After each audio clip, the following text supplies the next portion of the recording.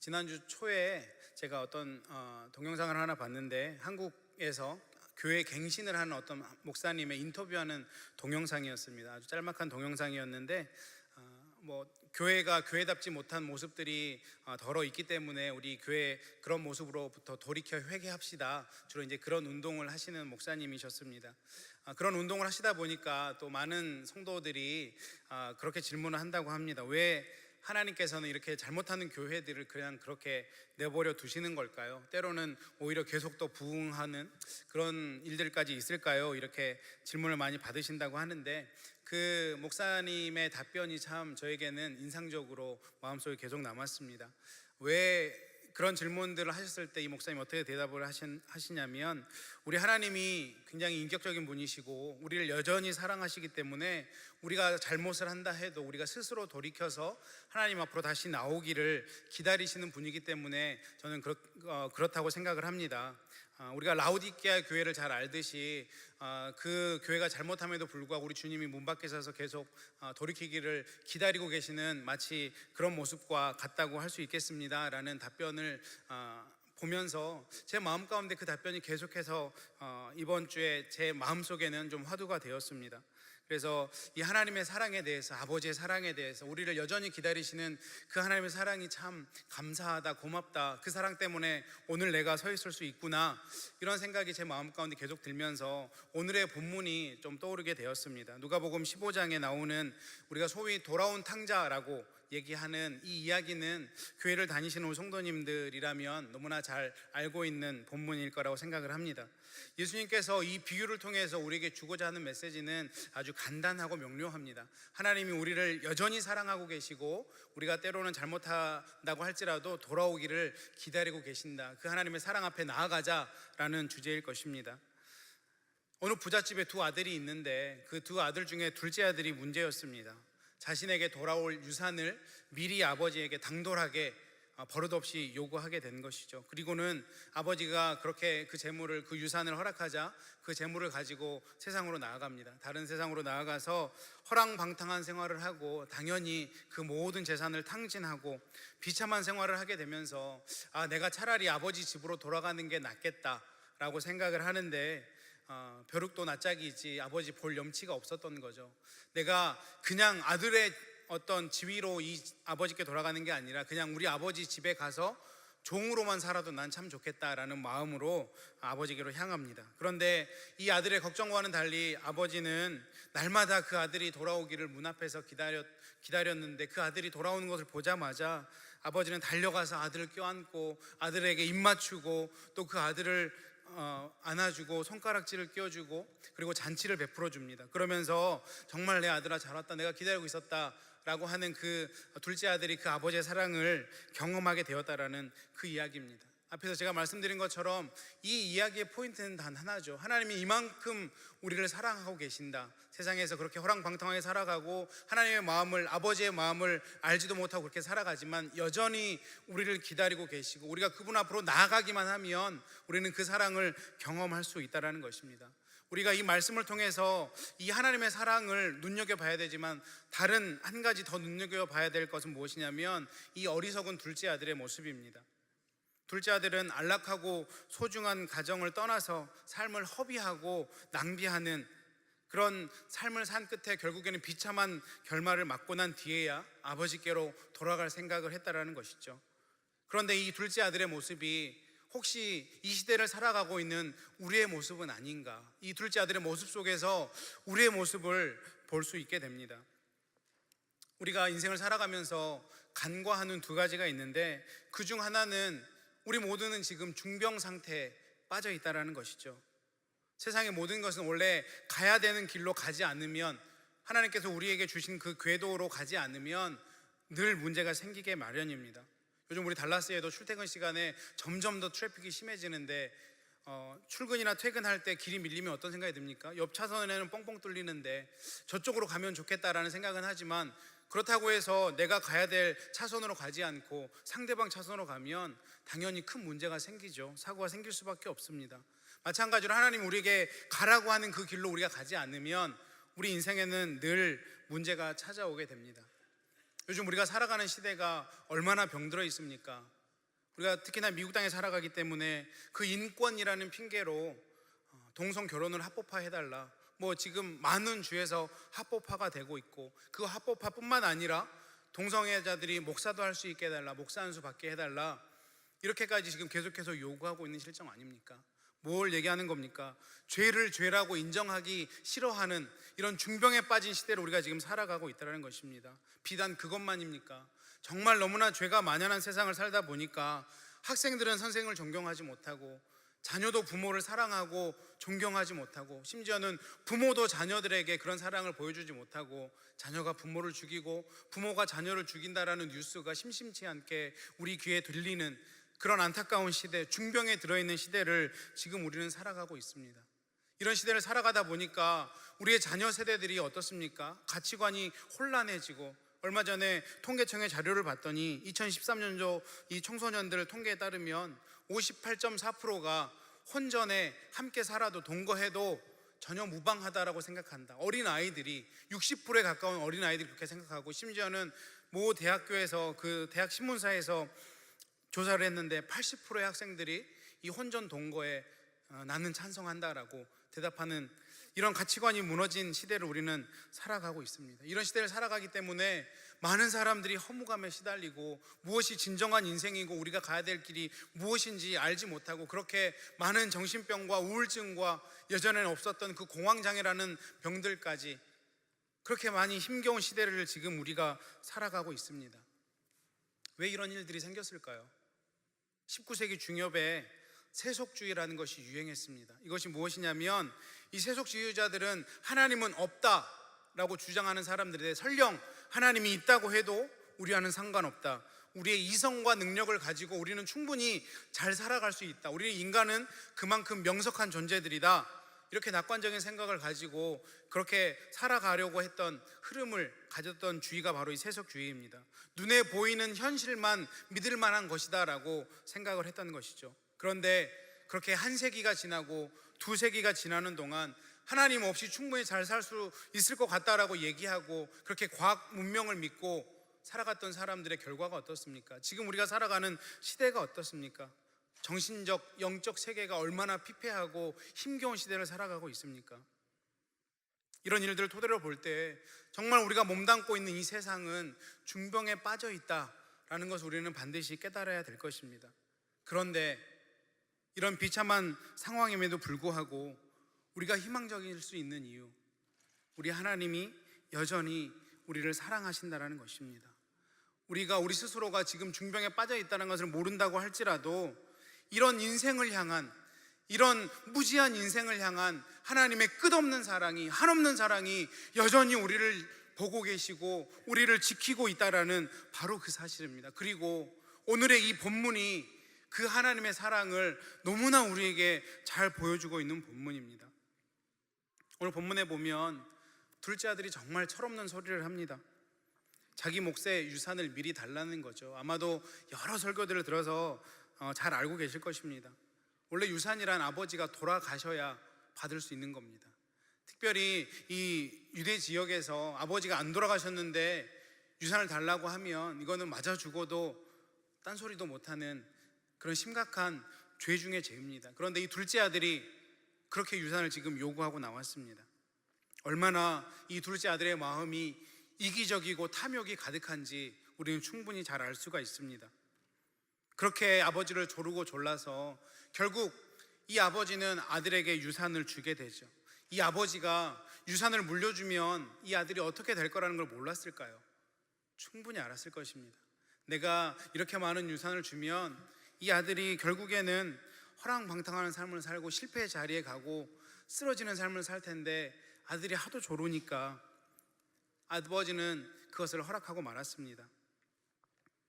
인간이 가진 치명적인 결함 중에 하나가 뭐냐면, 우리가 경험해 보기 전에는 그것을 잘 수용하지 않는다라는 거죠. 다른 사람들이 아무리 얘기를 해줘도, 특히나 우리 자녀 키우시는 우리 부모님들 잘 아시지 않습니까?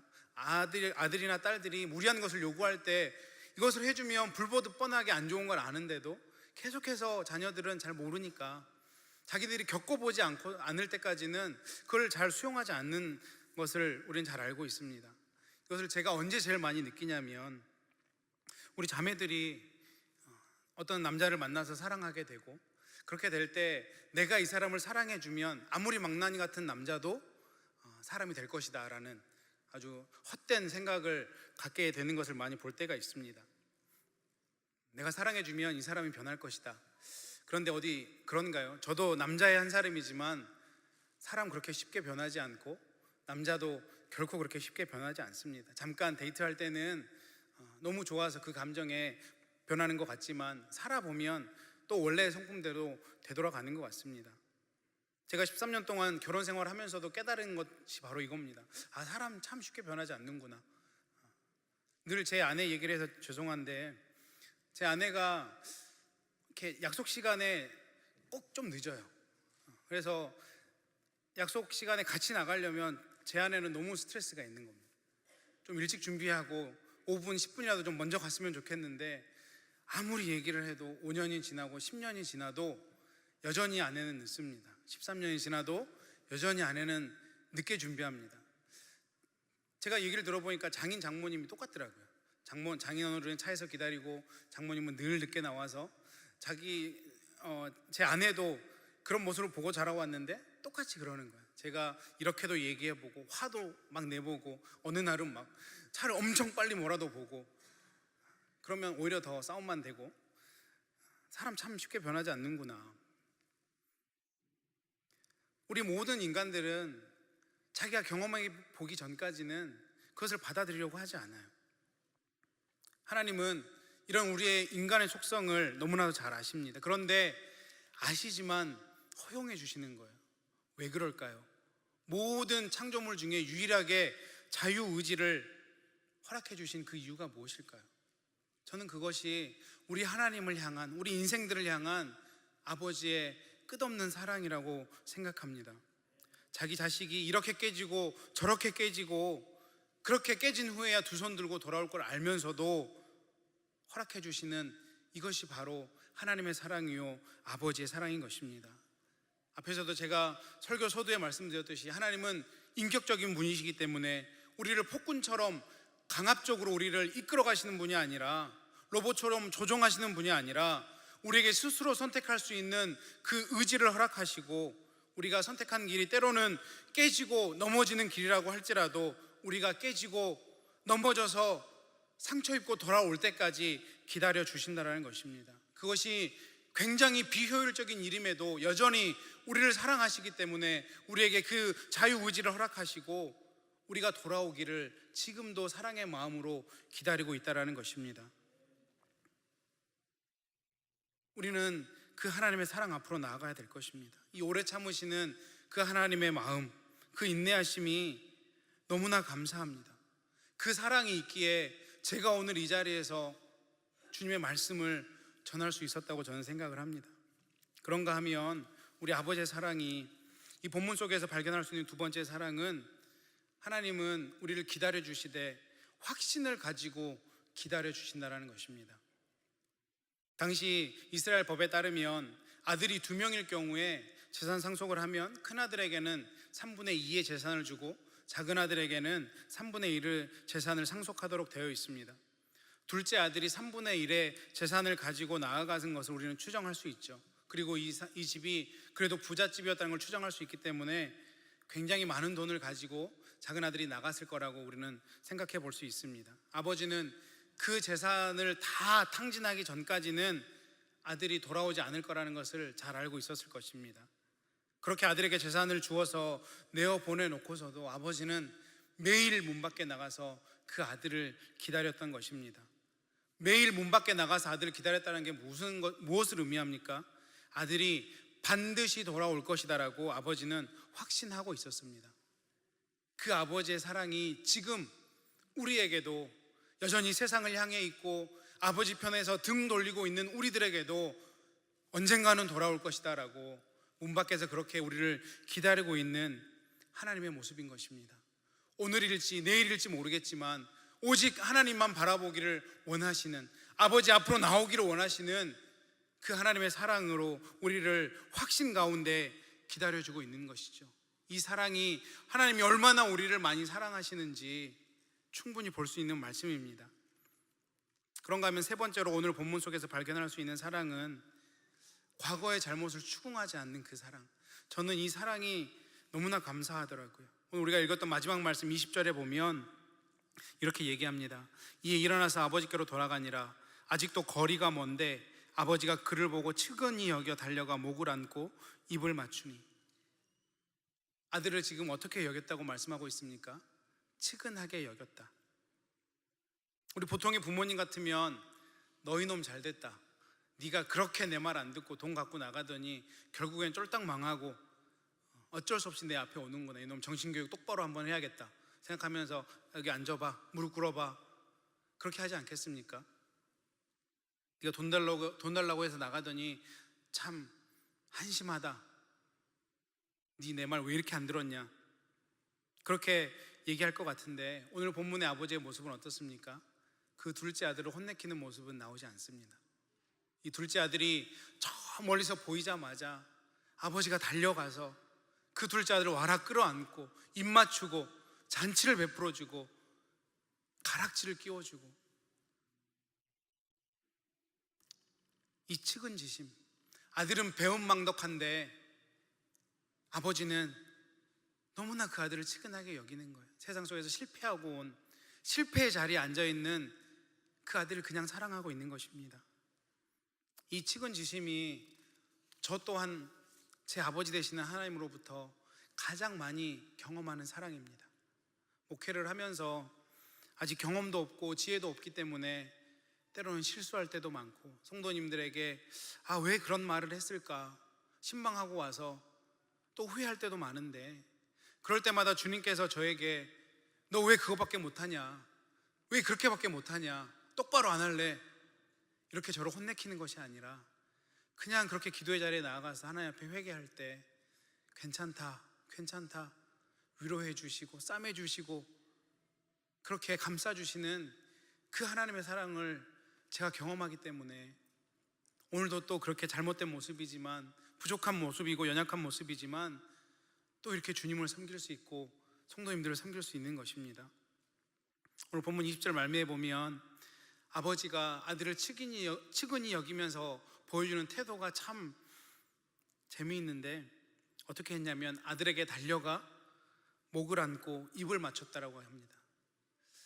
참 이 부분을 은혜롭게 해석한 주석을 본 적이 있는데, 어떻게 해석했냐면 아버지가 아버지의 입을 맞춘 이유가 무엇이냐면 아들이 뭔가 죄송하다라고 얘기를 해야 되는데 그 말마저도 안 하게 하려고 입을 맞췄던 게 아닌가, 그렇게 해석한 글을 본 적이 있습니다.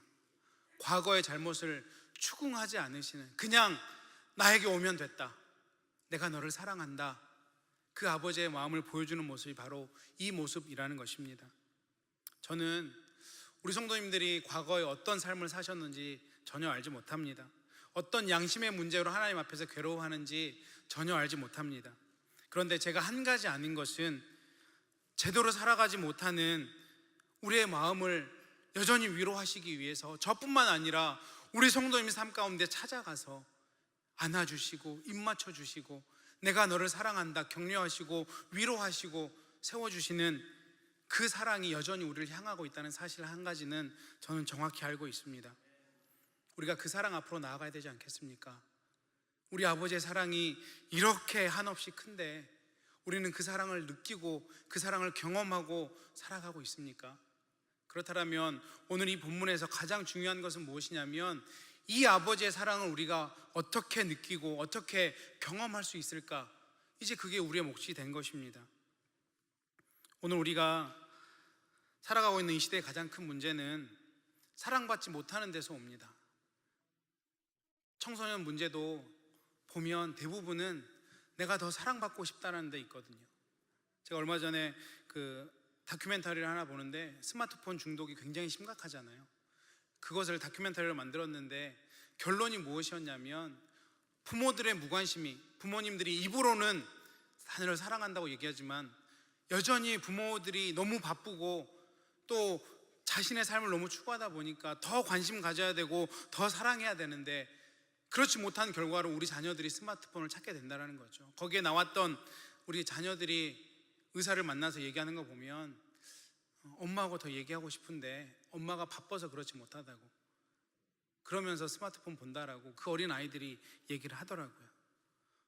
우리 모두는 더 사랑받고 싶은 것을 갈구하는 존재들입니다. 부부간의 문제의 이유가 무엇입니까? 더 사랑받고 싶고 더 사랑해줘야 되는데 그렇지 못한 데서 온 것입니다. 부모 자녀 간의 관계도 마찬가지입니다. 우리 시대가 왜 이렇게 병들어가는가? 더 사랑해주지 못해서 우리는 지금 병들어가고 있는 것이죠.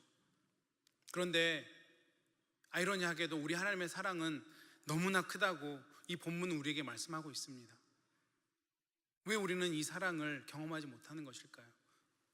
바로 우리의 영적 무지 때문일 것입니다. 우리의 영적인 눈을 떠서 그 하나님의 사랑을 바라볼 수 있어야 되는데 여전히 우리는 내가 좋은 것만 보고 내가 보고 싶은 것만 보고 살아가고 있기 때문입니다. 그 사랑을 바라볼 수 있는 이 영안의 눈이 열리는 은혜가 우리 모두에게 임해야 될 것입니다. 문 밖에서 오늘도 하염없이 기다리고 있는 그 하나님을 바라볼 수 있는 그 영적 눈이 우리에게 열려야 된다는 것입니다. 우리가 그 하나님을 바라보기 위해서 먼저 해야 될 것이 있습니다. 첫 번째는 우리가 영적으로 궁핍한 상태라는 것, 그 사랑이 필요한 존재라는 것을 우리는 먼저 자각해야 됩니다. 오늘 탕자가 아버지에게 돌아온 근본적인 이유가 무엇입니까? 14절 말씀해 보니까 그가 비로소 궁핍한지라. 둘째 아들은 자기 자신의 궁핍함을 깨달은 후에야 아버지께 돌아갈 수 있었습니다. 우리 내면에 있는 허전함이 내 영적인 궁핍함 때문이구나, 우리는 바로 그것을 깨달아야 됩니다. 우리가 세상이 어려운 시절을 살아간다고 얘기하는데 잘 생각해 보면 그래도 좋은 차 타고 다니고 있고 좋은 집에 살고 있고 좋은 음식 먹으며 살고 있습니다. 그럼에도 불구하고 우리 인생에 찾아오는 이 허무감은 무엇 때문입니까? 우리가 하나님이 원하시는 길로 가지 않고 하나님으로부터 등을 돌리고 살아가고 있는 그런 인생에게 찾아오는 허무함이 우리 안에 있기 때문입니다. 우리가 대부분 여행을 가다 보면 아무리 경치 좋은 곳을 가고 너무 좋다 얘기하지만 여행 말미에는 결국에 그래도 우리 집이 제일 좋네라고 얘기하는 이유는 무엇입니까? 우리는 돌아갈 본향이 있고 우리가 거해야 되는 거처가 있다는 것이죠. 그것이 하나님의 품이라는 것입니다. 우리가 세상에서 아무리 공허하고 또 아무리 우리가 그런 힘든 상황을 산다고 할지라도 우리가 본향으로 나아가기만 하면 우리는 다시 회복될 수 있다는 것입니다. 우리는 내가 지금 궁핍한 상태인 것을 깨달아야 됩니다. 두 번째로 우리가 그 하나님의 사랑을 경험하기 위해서 우리가 영적으로 궁핍한 상태인 것을 깨달았으면 이제는 결단해야 됩니다. 무엇을 결단해야 됩니까? 하나님 앞으로 가는 것, 아버지께로 가는 것을 결단해야 됩니다. 오늘 이 본문에서 둘째 아들은 다 잘못했습니다. 그런데 딱 하나 잘한 게 있어요. 딱 하나 잘한 것이 무엇이냐면 아버지께로 가기로 결단한 것이죠. 오늘 17절의 말씀을 보니까 이에 스스로 돌이켜라고 합니다. 이에 스스로 돌이켜. 내가 아버지께로 갈 수밖에 없다. 가야겠다. 내가 이렇게 아버지 볼 면목이 없는데 아버지 내가 어떻게 보지? 얼마나 마음 가운데 많은 고민과 또 충돌이 있었겠습니까? 가야 되나 말아야 되나, 가야 되나 말아야 되나. 그런데 결국에 이 둘째 아들이 아버지 앞으로 나아가기로 결단한 거죠.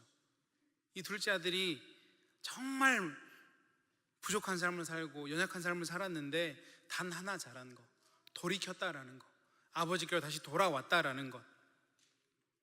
우리가 주님 앞으로 돌아서기만 하면 여전히 우리를 바라보고 계시고 기다리고 계시는 그 주님이 우리를 맞아준다는 사실을 우리는 반드시 기억해야 됩니다. 우리는 주님 앞으로 돌이키기를 결단해야 되는 것입니다. 내가 주님 앞으로 돌이키기를 결단해야 되는 영역은 무엇이 있습니까? 예배의 자리를 주님 앞으로 돌이킬 것을 결단해야 되지 않겠습니까? 기도의 자리를, 주님 앞으로 나아가 기도하는 그 자리를 내가 더 찾아가겠다라고 결단해야 되지 않겠습니까? 섬김의 자리에 내가 주님 더 나아가겠습니다 결단해야 되지 않겠습니까? 제가 이 탕자의 비유를 묵상하면서 발견한 한 가지 더 있는 사실은 무엇이냐면 아버지가 부자라는 사실이에요. 아버지가 부자라는 사실입니다. 재산의 3분의 1을 둘째 아들에게 주고도 어려웠다는 말이 어디에도 나오지 않습니다. 이것이 아버지의 성품입니다. 우리 주님은 부요하신 분입니다. 풍요로우신 분입니다. 그렇기 때문에 우리가 언제라도 아버지 앞에 나가기만 하면 그 부요를, 그 풍요를 우리는 경험할 수가 있는 것입니다. 아마도 세상에 어떤 부모님도 병원비 걱정 때문에 자녀의 병을 고치지 않는 분은 없을 것입니다. 수억이 들어도 수십억이 들어도 내 자녀를 고칠 수만 있다면 병원에 가서 고쳐달라고 할 것입니다. 제가 설교를 하면서 여러 차례 말씀드렸는데, 제가 정말 어렸을 때 6살, 7살, 8살 이때 신장병 때문에 거의 죽음 앞에까지 갔다 왔습니다. 지금 보면 전혀 그렇게 안 느껴지시겠지만 그때는 신장병이 계속 재발하면서 죽을 수도 있겠다. 이번에 어머니 오셔서 그 예전 얘기를 좀 했는데, 어머니가 하나님 앞에 나가서 그런 기도까지 했다 그러더라고요. 고쳐주시든지 데려가시든지 하나님 마음대로 하라고. 그 정도까지 아마 좀 많이 심각했던 것 같습니다. 제 기억에도 정말 어렸을 때 기억인데 또렷이 기억나는 게, 신장병이 3년째 재발됐을 때 병원에서 어떤 약이 나왔다고, 야쿠르트 병보다 좀 더 큰 약이었는데 그 80년대 초에 그 약이 한 병에 16만 원 했던 걸로 기억합니다. 근데 그거를 한 달 넘게 계속 맞았던 것 같아요. 그 당시에는 어마어마한 돈이었죠. 감사하게도 그 약이 저에게 잘 맞아서 그 후로는 신장병을 잘 극복하고 지금은 너무 잘 극복해서 이 지경까지 왔지만, 근데 제가 자라고 나서 보니까 한 가지 참 감사한 게 뭐냐면, 그때 뭐 넉넉하지도 않은 가정 형편이었지만 그 병원비 때문에 더 힘들어졌거든요. 그때 어마어마한 돈을 투자해서 제 병을 고쳤는데 지금까지도 어머니는 단 한 번도 저에게 약값 내놔라, 병원비 내놔라 단 한 번도 요구하지 않습니다. 얼마나 감사한지 모르겠습니다. 이 어머니의 마음이 우리 모든 부모님들의 마음이고 우리 아버지의 마음이라고 생각을 합니다. 이런 부유한 사랑을 경험할 때 우리는 행복해질 수 있는 것입니다. 사람들이 십자가를 비논리라고 얘기합니다. 충분히 이해가 갑니다. 희생이라는 것은 고등한 존재를 위해서 저등한 존재들이 하는 것입니다. 좀 어려운 말이라 쉽게 얘기해 드리면, 우리 성도님들이 좋아하는 소고기, 돼지고기 얘기를 하면 잘 알 수 있을 것 같아요. 고등한 사람을 위해서 저등한 소나 돼지를 희생하는 게 그게 맞는 논리입니다. 소나 돼지를 위해서 사람이 희생할 경우는 없지 않습니까? 그런데 십자가의 사랑은 그 반대거든요. 그 높고 높으신, 지극히 높으신 그 하나님의 아들이, 독생자 아들이 이 낮고 낮은 천한 우리를 위해서 오셨다는 것은 세상 사람들은 이해할 수 없는 이치입니다. 그런데 그것이 바로 사랑입니다. 우리를 향하신 하나님의 사랑입니다. 우리 부모님의 사랑을, 우리 부모님의 자식을 향한 그 눈물을 우리가 과학적으로 분석할 수 있겠습니까? 결코 없을 것입니다. 사랑은 원래 이치에 맞지 않는 것입니다. 이치에 맞지 않아야 그것이 올바른 사랑입니다. 우리 아버지의 사랑이 그 이치에 맞지 않는 아들을 향한, 우리를 향한 그 놀라운 사랑이 오늘도 우리를 향하고 계십니다. 병들어가고 있는 이 시대 속에서도 우리조차도 병들어가고 있는데 그것도 모르고 살아가는 우리들을 한없이 기다리고 바라보고 계시는, 나에게로 돌이켜라, 돌이켜라, 돌이키기만 하면 너 다시 회복될 수 있다, 그 사랑의 마음으로 우리를 향하고 계시는, 자유의지를 허락해 주시고 우리 스스로 돌이켜서 다시 그 아버지 품으로 돌아와서 그 부요함과 풍요로움을 누리기를 원하시는 그 아버지의 사랑이 오늘도 우리를 향하고 있는 것입니다. 우리가 그 사랑을 잊기만 하면 우리 가정이 당연히 회복될 수밖에 없고, 우리 자녀와도 당연히 회복될 수밖에 없고, 우리가 이 땅 속에서 하나님의 자녀답게 살아갈 수밖에 없는 것입니다. 문제는 그분의 사랑 앞으로 나아가는 것입니다. 오늘 저와 여러분 앞에 남겨준 숙제는 바로 그것입니다. 여전히 우리를 향하고 계시는 그 사랑, 그 주님 앞에 나아가기 위해서 내가 결단해야 될 것은 무엇입니까? 이번 주에 당장 내가 주님께로 돌이켜야 될 내 삶의 영역은 무엇입니까? 오늘 이 말씀이 선포되는 가운데 하나님께서 우리 성도님의 마음 가운데 주시는 음성은 무엇입니까? 그 음성 붙잡고 주님 앞으로 돌이키셔서 예배의 자리를 회복하시고 기도의 자리를 회복하시고 더 주님 앞으로 나아가서 그 부요한 사랑을 경험하는, 그래서 더 많은 사람들을 사랑하고 품을 수 있는 저와 여러분 되시기를 주님의 이름으로 축원합니다. 기도하겠습니다.